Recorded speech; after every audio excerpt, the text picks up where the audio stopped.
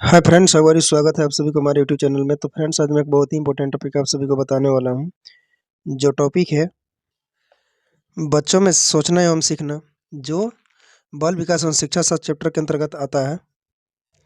तो यह topic CTET exam के लिए काफ़ी महत्वपूर्ण है और ज़्यादा मार्क्स दिलाने वाला टॉपिक है। इससे प्रत्येक वर्ष 10 से 15 प्रश्न नियमित रूप से पूछा ही जाता है। तो इस टॉपिक के क्वेश्चन को देखने के लिए वीडियोज़ को लास्ट तक जरूर देखें, क्योंकि सभी क्वेश्चन सिलेक्टेड क्वेश्चन है। और यदि आप हमारे चैनल पर न्यू हैं तो चैनल को सब्सक्राइब जरूर करें। तो चलिए बिना लेट किए हुए हम अपने टॉपिक पे आता हूँ। जैसा कि इस टॉपिक का फर्स्ट क्वेश्चन है, अनुकरण का अर्थ होता है पहला किसी की नकल करना, दूसरा स्वयं की मौलिकता, तीसरा मौलिकता एवं नकल दोनों को मिला जुला रूप, चौथा उपरोक्त में से कोई नहीं। तो क्वेश्चन नंबर फर्स्ट का आंसर जो हो जाएगा, फर्स्ट होगा किसी की नकल करना, यानी कि अनुकरण का जो अर्थ होता है वो होता है किसी की नकल करना। तो काफ़ी एक इम्पोर्टेंट क्वेश्चन है। नेक्स्ट क्वेश्चन देखिए, क्वेश्चन नंबर सेकंड पूछ रहा है कि बालकों में सोचने की प्रक्रिया के विकास का क्रम होता है पहला निश्चित क्रम, दूसरा निश्चित क्रम, तीसरा निश्चित तथा निश्चित दोनों, चौथा उपरोक्त में से कोई नहीं। तो क्वेश्चन नंबर सेकंड का जो आंसर हो जाएगा, इसका आंसर फर्स्ट होगा, क्योंकि बालकों में सोचने की प्रक्रिया के विकास का जो क्रम होता है जो कि निश्चित क्रम में होता है। नेक्स्ट क्वेश्चन देखिए, क्वेश्चन नंबर थर्ड में पूछ रहा है कि किस अवस्था में व्यक्ति अमूर्त वस्तुओं के बारे में सोचना प्रारंभ कर देता है। पहला बाल्यावस्था में, दूसरा किशोरावस्था में, तीसरा प्रौढ़ावस्था में, चौथा उपरोक्त से भी। ये काफ़ी इंपॉर्टेंट क्वेश्चन है और सीटेट में क्वेश्चन है, पूछा भी गया है। तो क्वेश्चन नंबर थर्ड का जो आंसर हो जाएगा, इसका आंसर फर्स्ट हो जाएगा। बाल्यावस्था में व्यक्ति अमूर्त वस्तुओं के बारे में सोचना प्रारंभ कर देता है।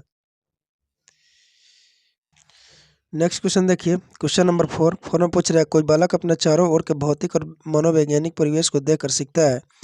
यह प्रक्रिया कहलाएगी पहला प्रत्यक्षीकरण के आधार पर, दूसरा कल्पना के आधार पर, तीसरा तर्क के आधार पर, चौथा अनुकरण के आधार पर। तो क्वेश्चन नंबर जो फोर का जो आंसर होगा, इसका आंसर इज फर्स्ट होगा, प्रत्यक्षीकरण के आधार पर, यानी कि कोई बालक अपने चारों ओर के भौतिक और मनोवैज्ञानिक परिवेश को देखकर सीखता है। वो जो प्रक्रिया जो होता है प्रत्यक्षीकरण के आधार पर किया जाता है। नेक्स्ट क्वेश्चन देखिए, क्वेश्चन नंबर फाइव में पूछ रहा है कि निम्न में से कौन बालकों में सोचने की प्रक्रिया का अंग नहीं है। पहला प्रत्यक्षीकरण की प्रक्रिया, दूसरा कल्पना की प्रक्रिया, तीसरा तर्क की प्रक्रिया, चौथा समावेशन की प्रक्रिया। तो क्वेश्चन नंबर जो पाँचवा का जो आंसर हो जाएगा, उसका आंसर इज फोर हो जाएगा, समावेशन की प्रक्रिया, यानी कि समावेशन की प्रक्रिया के द्वारा बालकों में सोचने की प्रक्रिया का अंग नहीं है। नेक्स्ट क्वेश्चन देखिए, क्वेश्चन नंबर सिक्स में कह रहा है कि किसी बालक में तर्क के आधार पर सोचने की क्षमता के विकास के लिए आवश्यक तत्व है। पहला भाषा संप्रेषण में निपुणता, दूसरा असीमित कल्पना शक्ति, तीसरा बालक के समझ अनेक समस्याएं, चौथा उसकी बोलने की गति। तो क्वेश्चन नंबर सिक्स का जो आंसर होगा, उसका आंसर इज फर्स्ट होगा, भाषा संप्रेषण में निपुणता, यानी कि किसी बालक में तर्क के आधार पर सोचने की क्षमता का विकास के लिए जो आवश्यक तत्व जो होता है वो जो होता है भाषा संप्रेषण में निपुणता के कारण होता है। नेक्स्ट क्वेश्चन देखिए, क्वेश्चन नंबर 7 पूछ रहा है कि तर्क करने की एक ऐसी विधि जो पूर्वाधारण से प्रारंभ होती है कहलाती है। पहला निगमन निगमन निग निगमनात्मक तर्क, आगमनात्मक तर्क, तीसरा निगमनात्मक तथा आगमनात्मक दोनों, चौथा उपरोक्त में से कोई नहीं। तो क्वेश्चन नंबर 7 का जो आंसर हो जाएगा, उसका आंसर इज फर्स्ट होगा, निगमनात्मक तर्क, यानी कि निगमनात्मक तर्क करने की एक ऐसी विधि है जो पूर्वाधारण से आरंभ होती है, वो निगमनात्मक तर्क कहलाती है। नेक्स्ट क्वेश्चन देखिए, क्वेश्चन नंबर 8 में पूछ रहा है कि आगमनात्मक तर्कना चलती है। पहला विशिष्ट से समान की ओर, दूसरा समान से विशिष्ट की ओर, तीसरा समान से समान की ओर, चौथा उपरोक्त में से कोई नहीं। तो क्वेश्चन नंबर जो 8 का जो आंसर होगा, उसका आंसर इज फर्स्ट होगा, विशिष्ट से समान की ओर, यानी आगमनात्मक तर्कना जो चलती है विशिष्ट से समान की ओर चलती है। नेक्स्ट क्वेश्चन देखिए, क्वेश्चन नंबर 9 प्रकाश कक्षा 2 का विद्यार्थी है, वह अपनी सोच की प्रक्रिया को अभिरुचि एवं उत्सुकता के आधार पर बढ़ा रहा है। वह सोच की किस प्रक्रिया की तरफ अग्रसर है। पहला रुचि एवं जिज्ञासा की प्रक्रिया, दूसरा अनुकरण की प्रक्रिया, तीसरा तर्क की प्रक्रिया, चौथा कोई प्रक्रिया नहीं। तो क्वेश्चन नंबर जो 9 का जो आंसर होगा, उसका आंसर इज फर्स्ट होगा, रुचि एवं जिज्ञासा की प्रक्रिया। नेक्स्ट क्वेश्चन देखिए, एक काफ़ी important, very very important question है और सीटेट में क्वेश्चन ने रिपीट भी किया है। क्वेश्चन नंबर 10 में जो पूछ रहा है कि बालकों में सोचने की योग्यता सफल जीवन के लिए आवश्यक है, निम्न में से यह मत किसका है? पहला पियाजे का, दूसरा क्रो एंड क्रो का, तीसरा स्किनर का, चौथा पावलोव का। तो क्वेश्चन नंबर जो 10 का जो आंसर होगा, इसका आंसर इस सेकेंड होगा, क्रो एंड क्रो के द्वारा। यानी क्रो एंड क्रो के द्वारा जो है बालकों में सोचने की योग्यता सफल जीवन के लिए आवश्यक है। नेक्स्ट क्वेश्चन देखिए, क्वेश्चन नंबर 11 पूछ रहा है कि बच्चों के सोचने की प्रक्रिया में किस आधार पर सोचने को सबसे उच्च माना गया है? पहला रुचि के आधार पर सोचना, दूसरा अनुभव के आधार पर सोचना, तीसरा तर्क के आधार पर सोचना, चौथा अनुकरण के आधार पर सोचना।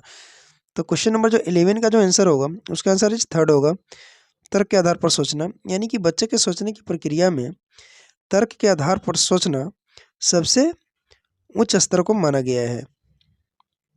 नेक्स्ट क्वेश्चन देखिए, क्वेश्चन नंबर 12 काफ़ी वेरी वेरी इंपॉर्टेंट क्वेश्चन है और सीटेट में क्वेश्चन पूछा भी गया है। कह रहा है कि सीखना अनुभव एवं व्यवहार में परिवर्तन है। यह कथन किस मनोवैज्ञानिक का है? पहला जैक्सन, दूसरा एंडरसन, तीसरा एमुंडेशन, चौथा फ्रेंडसन। तो क्वेश्चन नंबर जो 12 का जो आंसर होगा, इसका आंसर इज 4 होगा, फ्रेंडसन। यानी कि फ्रेंडेशन ने जो कहा था कि सीखना अनुभव एवं व्यवहार में परिवर्तन है। नेक्स्ट क्वेश्चन देखिए, क्वेश्चन नंबर 13 पूछ रहा है सीखना कोई खाली जगह और सीधी खाली जगह होती है, बल्कि यह जटिल बहुआयामी और गतिशील प्रक्रिया है। पहला आसान प्रक्रिया, दूसरा आसान प्रक्रिया नहीं, तीसरा कठोर प्रक्रिया नहीं, चौथा कठोर प्रक्रिया। तो क्वेश्चन नंबर जो 13 का जो आंसर होगा, इसका आंसर इस सेकंड होगा, आसान प्रक्रिया नहीं, क्योंकि सीखना कोई आसान और सीधी प्रक्रिया नहीं होती है, बल्कि यह जटिल बहुआयामी और गतिशील प्रक्रिया होती है। नेक्स्ट क्वेश्चन देखिए, क्वेश्चन नंबर 14 एक काफ़ी इंपॉर्टेंट क्वेश्चन है और सीटेट एग्जाम में क्वेश्चन पूछा भी गया है। पूछ रहा है कि अनुभव द्वारा व्यवहार में रूपांतरण लाना ही अधिगम है। यह कथन किससे संबंधित है? पहला गेट्स के द्वारा, दूसरा पील के द्वारा, तीसरा क्रो एंड क्रो, चौथा वाइगोत्स्की। तो क्वेश्चन नंबर 14 का जो आंसर हो जाएगा, उसका आंसर इज फर्स्ट होगा, गेट्स के द्वारा। यानी कि गेट्स के द्वारा जो कहा गया है, अनुभव द्वारा व्यवहार में रूपांतरण लाना ही अधिगम है।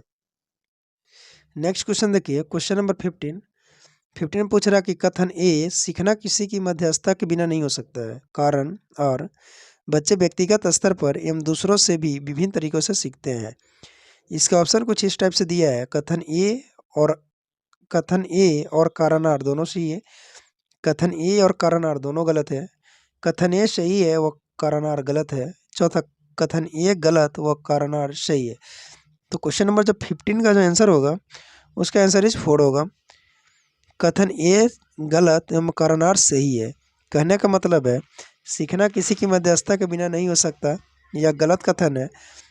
और चौथा कह रहा कि बच्चे व्यक्तिगत स्तर पर एवं दूसरों से विभिन्न तरीकों से सीखते हैं, ये कारण जो है, ये कारण आपका सही है। इसीलिए क्वेश्चन नंबर 15 का जो आंसर हो जाएगा, उसका आंसर इज 4 हो जाएगा।